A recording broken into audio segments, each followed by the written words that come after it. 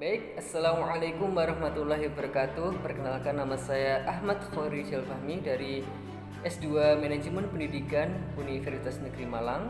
Di sini saya akan sedikit menerangkan tentang landasan pendidikan. Untuk itu bagi teman-teman penggiat pendidikan agar menyimaknya dengan seksama karena materi ini sangat penting sekali untuk disimak. Baik, untuk itu mari kita simak video berikut. Baik teman-teman semua, mari kita simak pembahasan kita tentang landasan pendidikan. Kita awali dulu dari pengertiannya terlebih dahulu. Yang pertama adalah landasan. Apa itu landasan? Menurut KBBI, landasan dapat diartikan sebagai alas dasar atau tumpuan. Istilah landasan dapat diartikan juga sebagai pondasi. Dengan mengacu arti dari istilah tersebut, dapat dipahami bahwa landasan adalah suatu pijakan, titik tumpu atau titik tolak suatu pondasi tempat berdirinya sesuatu hal. Lalu pendidikan. Pendidikan adalah usaha dasar dan terencana untuk mewujudkan suasana belajar dan proses pembelajaran untuk peserta didik secara aktif mengembangkan potensi dirinya untuk memiliki kekuatan spiritual, keagamaan, pengendalian diri, kepribadian, kecerdasan, akhlak mulia, serta keterampilan yang diperlukan dirinya dan masyarakat. Selanjutnya ada landasan pendidikan. Landasan pendidikan adalah proses pembentukan kecakapan fundamental dan kegiatan manusia yang diarahkan untuk merubah tabiat, kemampuan, sikap, dan tingkah laku seseorang yang bernilai positif di dalam masyarakat. Dalam landasan pendidikan terbagi menjadi berbagai macam landasan. Di sini kami akan menerangkan 8 landasan pendidikan. Pertama ada landasan filosofis, yang kedua ada landasan psikologis, yang ketiga ada landasan sosiologis, yang keempat ada landasan historis, yang kelima ada landasan budaya antropologis, yang keenam landasan ekonomi, ketujuh landasan spiritualistik, dan yang terakhir landasan legalistik. Baik, di sini kami akan menjelaskan satu persatu, baik itu dari pengertiannya dan juga implementasinya pada pendidikan kita di Indonesia. Baik, yang pertama ada landasan filosofis. Apa itu landasan filosofis? Landasan filosofis pendidikan adalah asumsi filosofis yang dijadikan titik tolak dalam rangka studi dan praktek pendidikan. Sebagaimana yang kita ketahui bahwasanya falsafah negara Indonesia adalah Pancasila. Untuk itu dalam segi pendidikan pun Pancasila berperan dalam memberikan nilai-nilai yang diterapkan pada pendidikan.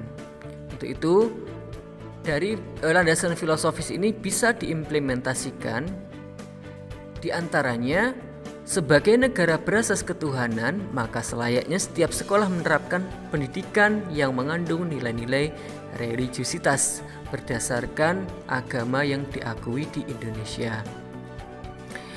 Selanjutnya, setiap warga Indonesia memiliki hak yang sama dalam memperoleh pendidikan berdasarkan pada sila yang kelima, yaitu keadilan sosial bagi seluruh rakyat Indonesia. Yang kedua, landasan sosiologis. Landasan sosiologis pendidikan adalah acuan atau asumsi dalam penerapan pendidikan yang bertolak pada interaksi antar individu sebagai makhluk sosial dalam kehidupan bermasyarakat. Di sini kami mengambil contoh implementasi dalam kehidupan bermasyarakat kita, terutama dalam dunia pendidikan, yaitu yang pertama, sekolah menjaga hubungan baik dengan komunitas sekitar. Di sini peran sekolah utamanya selain mendidik peserta didik dengan baik, sekolah juga harus mampu berhubungan baik dengan komunitas sekitar, yaitu masyarakat sekitar sekolah. Selanjutnya, sekolah dapat mempengaruhi perilaku peserta didik. Nah, di sini sekolah sebagai sebuah lembaga sosial atau sebagai lembaga pendidikan yang di sana menaungi banyak individu untuk dipengaruhi agar menjadi pribadi yang lebih baik. Untuk itu sekolah di sini memiliki tanggung jawab dapat mempengaruhi perilaku peserta didik menjadi lebih baik. Selanjutnya yang ketiga ada landasan psikologis. Landasan psikologis pendidikan adalah suatu landasan dalam proses pendidikan yang membahas berbagai informasi tentang kehidupan manusia pada umumnya, serta gejala-gejala yang berkaitan dengan aspek pribadi manusia pada setiap tahapan usia perkembangan tertentu, untuk mengenali dan menyingkapi manusia sesuai dengan tahapan usia perkembangannya yang bertujuan untuk memudahkan proses pendidikan. Dalam implementasinya, landasan psikologis ini bisa kita terapkan. Yang pertama, guru bisa menerapkan teori belajar untuk mempengaruhi siswa, baik itu teori belajar behavioristik, kognitif, humanistik, dan konstruktivistik.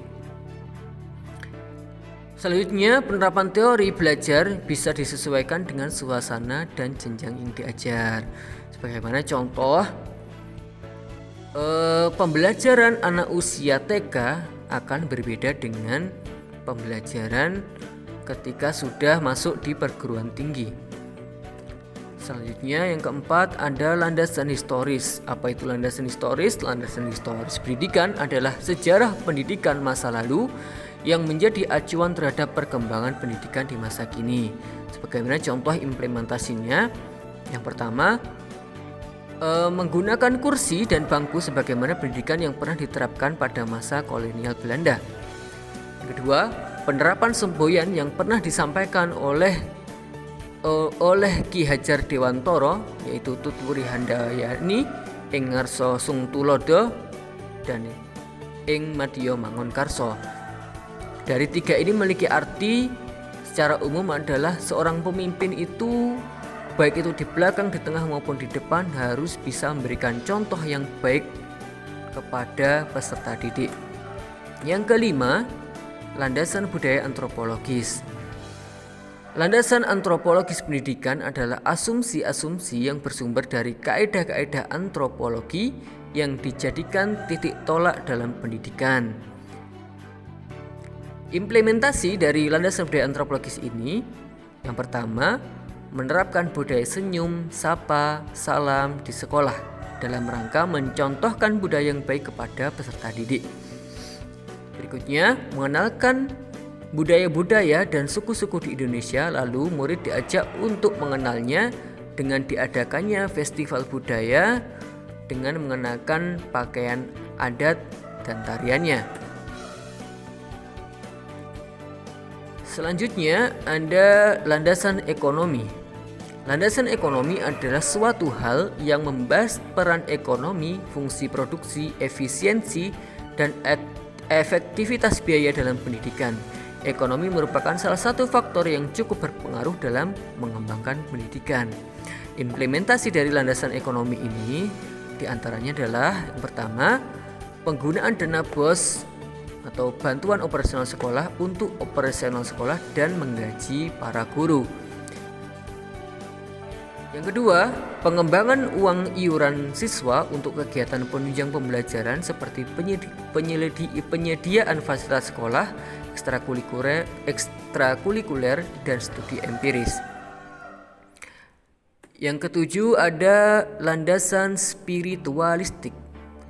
Landasan spiritualistik adalah asumsi-asumsi yang bersumber dari ajaran agama yang dijadikan titik tolak pendidikan. Implementasi dari landasan ini bisa kita lihat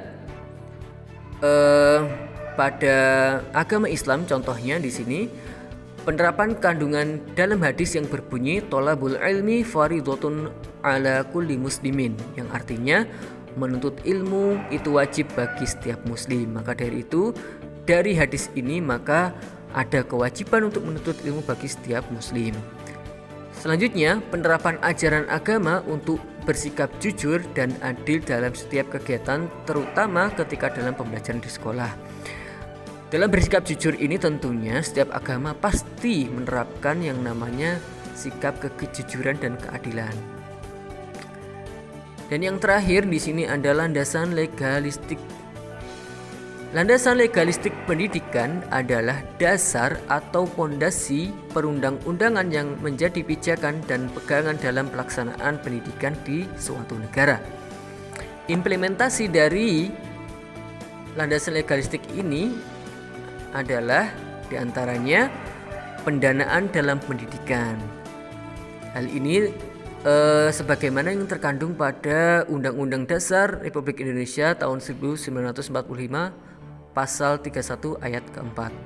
Yang kedua, pemerintah membuka jalur beasiswa bagi siswa yang kurang mampu sebagaimana yang terkandung pada UUD Republik Indonesia tahun 1945 pasal 31 ayat 3. Baik, demikian yang dapat kami sampaikan, semoga dapat bermanfaat bagi teman-teman semua dan semoga bisa menjadi bahan acuan untuk kita bisa lebih baik lagi dalam mengembangkan pendidikan di Indonesia.